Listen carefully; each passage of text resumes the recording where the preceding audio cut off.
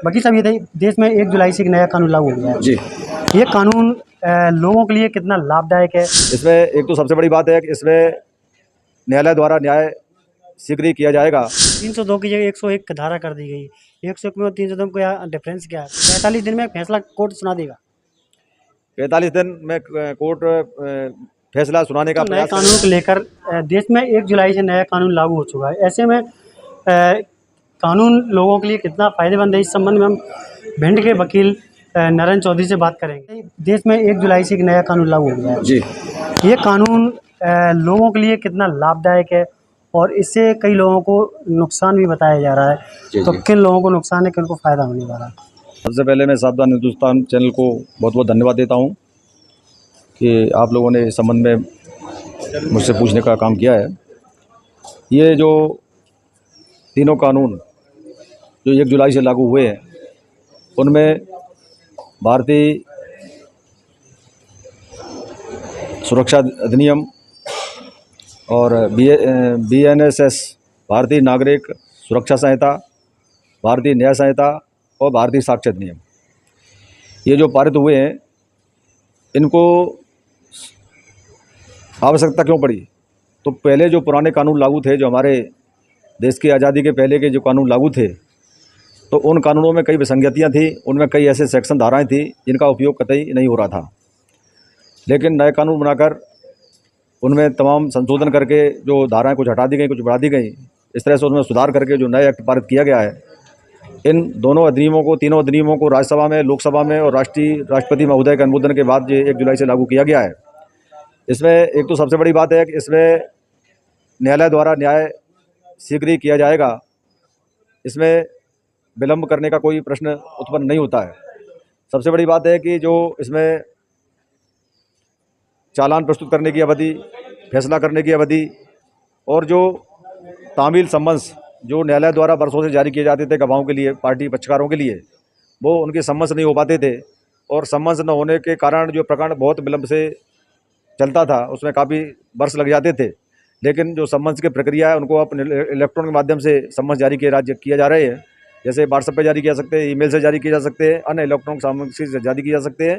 वो जो है उसको तुरंत मिल जाएंगे और वो पक्षकार उसमें विलंब नहीं कर सकता। न्यायालय में आने से गवाह कोई तो निश्चित तौर पर वो कार्रवाई आगे बढ़ेगी।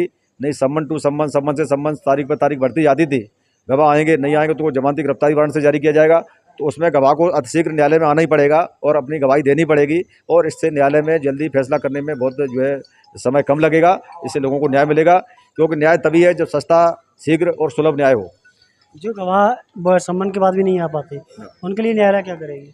अगर सम्मन होने के बाद नहीं आते तो उनको जमानती वारंट जारी किया जाएगा, जैसी प्रक्रिया है, और उसके बाद गिरफ्तारी वारंट जारी किया जाएगा, उनको कुर्की की कार्रवाई की जाएगी। तो निश्चित तौर पे जो है ये अब जो है गवाह कोई मनमानी नहीं करेगा कि घर पे मिला नहीं, या उसके किसी भी वयस्क सदस्य को उस तामील कराई जा सकती है और व्हाट्सएप पे और इलेक्ट्रॉनिक सामग्री पे जो तामील कराई जा सकती है, इसलिए वो विलंब होने का प्रश्न है नहीं। दूसरा ये है जो इसमें एक कानून में बताया गया कि पुलिस चालान अपने हिसाब से पेश करेगी कोर्ट में।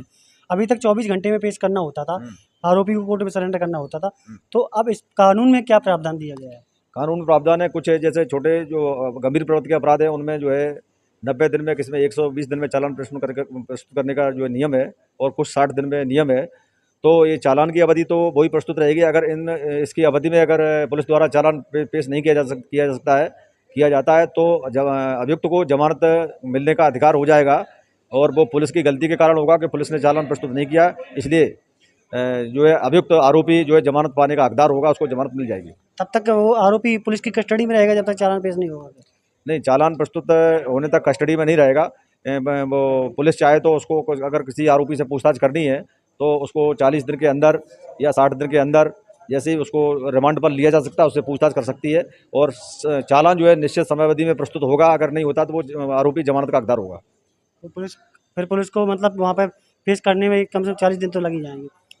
हाँ, पुलिस को रिमांड लेने के बाद न्यायालय जितना दिन का रिमांड पुलिस को पूछताछ के लिए देता आरोपी से पूछने के लिए, उतना दिन पूछने के बाद वो पुलिस न्यायालय के समक्ष हाजिर करेगा और न्यायालय उसको दाखिल जेल कर देगा। अच्छा, ये जो फास्ट ट्रैक कोर्ट चालू करे, इसमें फास्ट केस सुने जाएंगे, जल्दी फैसला आएगा, इसमें लोगों को क्या मतलब लाभ मिलने वाले? जो पेंडिंग केस हैं उनको और नए केस के बारे में कैसे ये बड़ा चैलेंज होगा पुलिस? नहीं, सबसे बड़ी बात है कि जो अभी कानून पारित हुए हैं और उसमें जो है शीघ्र निर्णय करने की बात कही जा रही है, लेकिन हमको ये देखना पड़ेगा कि देश में न्यायाधीशों की बहुत कमी है, जबकि केस लगातार बढ़ते चले जा रहे हैं। 1 लाख न्यायाधीश के उसमें 1 लाख आबादी के केस आते हैं एक न्यायाधीश के अंडर में, और वो केस निरंतर बढ़ रहे हैं। इसलिए केसों का कितने भी जल्दी निराकरण किया जाए, जो वर्तमान में न्यायाधीशगण हैं, मजिस्ट्रेट हैं, जज लोग हैं, ये केसों का निराकरण नहीं कर सकते। इसलिए जल्दी से जल्दी जो न्यायाधीश के पद हैं उनको बढ़ाना चाहिए, उनमें भर्ती किया जाना चाहिए, तभी ये संभव है। 45 दिन में फैसला कोर्ट सुना देगा। 45 दिन में कोर्ट फैसला सुनाने का प्रयास करेगा, लेकिन यदि उसमें कोई कारण सामने आते हैं, उस कारण का उल्लेख करेगा तो उसके आधार पर बढ़ा भी सकता है। कई बार क्या था, माननीय उच्च न्यायालय द्वारा डायरेक्शन आता है कि केस का निराकरण 3 महीने में किया जाए, 4 महीने में किया जाए, लेकिन उसके बाद भी जो है न्यायालय जो है निराकरण नहीं कर पाता है। उसमें उस कारण का उल्लेख करता है कि आखिर उसने उतने समय में निराकरण क्यों नहीं किया, केस की अधिकता है, इस वजह से कोई वो नहीं है, उसका कारण लिखते हुए उसमें टाइम भी लगा सकता है। अच्छा, महिलाओं के लिए पॉस्को एक्ट में बताया फांसी की सजा का प्रावधान रख दिया गया है। नाबालिग लड़कियों को फांसी की सजा है जो रेप करता है। तो इसमें नया कानून कुछ और नया जोड़ा गया। कानून में कुछ गंभीर धाराएं जो लगाई गई हैं उसमें और गंभीरता बढ़ाई गई है। जैसे आजीवन कारावास की सजा है, तो उसमें अंतिम सांस तक जो है आजीवन कारावास की सजा भुगती जाएगी। ये नहीं कि आरोपी को गंभीर धाराओं में सजा होती है, मर्डर केस में, रेप केस में और अन्य ऐसे मामलों में, तो उसमें आजीवन कारावास से मतलब केवल 12 वर्ष नहीं है, 14 वर्ष नहीं है, 20 वर्ष नहीं है। आजीवन कारावास में जो प्रावधान किया गया है वो अंतिम सांस तक किया गया है, यानी आजीवन माने अंतिम सांस तक, मरने तक की सजा का प्रावधान इसमें स्पष्ट उल्लेख किया गया इन प्रावधानों में। 302 की जगह 101 धारा कर दी गई। 101 में 302 में क्या डिफरेंस क्या है?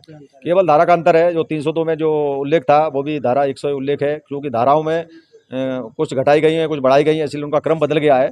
और क्रम बदलने के लिए वो धाराएं हमको थोड़ा न्यायालय को और पुलिस को और वकीलों को जैसे समय समय रहेगा वैसे थोड़ा याद करने में और थोड़ा सुविधा होगी, लेकिन धीरे धीरे वो रूटीन पर आ जाएंगे और याददाश्त में सही। सीआरपीसी में कोई नया प्रावधान लिया है कानून?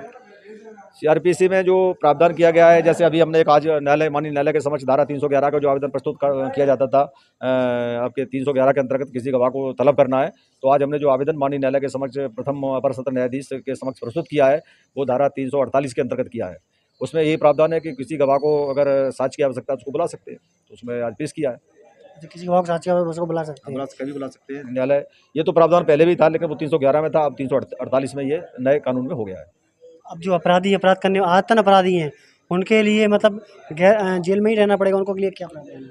आतन अपराधियों को अभी ये उसमें ये है कि 1/3 सजा भुगतनी पड़ेगी, जो सजा है उसकी आधी भुगतनी पड़ेगी, इसलिए अब जमानत आसानी से आरोपियों को मिलने वाली नहीं है। आरोपियों को जमानत न मिलने से और सजा को और कठोर कर दिया गया कानूनों में। कठोर सजा करने से क्या है कि एक बार अपराधी फिर सोचेगा कि वास्तव में अपराध करने की सजा क्या होती है, तो आजीवन अंतिम सांस तक जो उसको न्यायालय उसमें सजा के लिए जेल में रहना पड़ेगा। इसलिए आरोपी को ये देखना पड़ेगा कि अपराध करने के जो दंड हैं वो और कठोर हो गए हैं, इसलिए अपराधी अपराध करने से डरेगा। कुछ लोग जो निर्दोष हैं उसको निर्दोष के लिए देखते हुए जैसे बताया जा रहा है कि पुलिस अपने हिसाब से चालान पेश करेगी, ठीक है। अब कई बार ऐसा होता है कि पुलिस ने आरोपी गिरफ्तार कर लिया, थाने पे अंदर बैठा लिया, अब पुलिस मनमाने ढंग से ही चालान पेश करेगी, जब चाहे तो उसको आरोपी बना देगी, अपने थाने में रखेगी। तो ये प्रावधान लोगों के लिए नुकसानदायक है क्या? थाने में जो एफआईआर दर्ज होती है, उस एफआईआर को 24 घंटे के अंतर्गत माननीय न्यायालय के समक्ष प्रस्तुत करने का अधिकार रहता है, और आरोपी को भी 24 घंटे के अंदर न्यायालय में जो है उपस्थित करने का पुलिस का प्रावधान है। अगर कहीं दूर थाना क्षेत्र पड़ता है तो उस समय को भी जोड़ दिया जाएगा, या आने जाने का समय, लेकिन न्यायालय में तो उपस्थित। लोगों को मानना है कि ये 24 घंटे वाला जो कानून है, 24 घंटा कोर्ट में पेश करने का, ये खत्म कर दिया गया है। खत्म हुआ है क्या ये?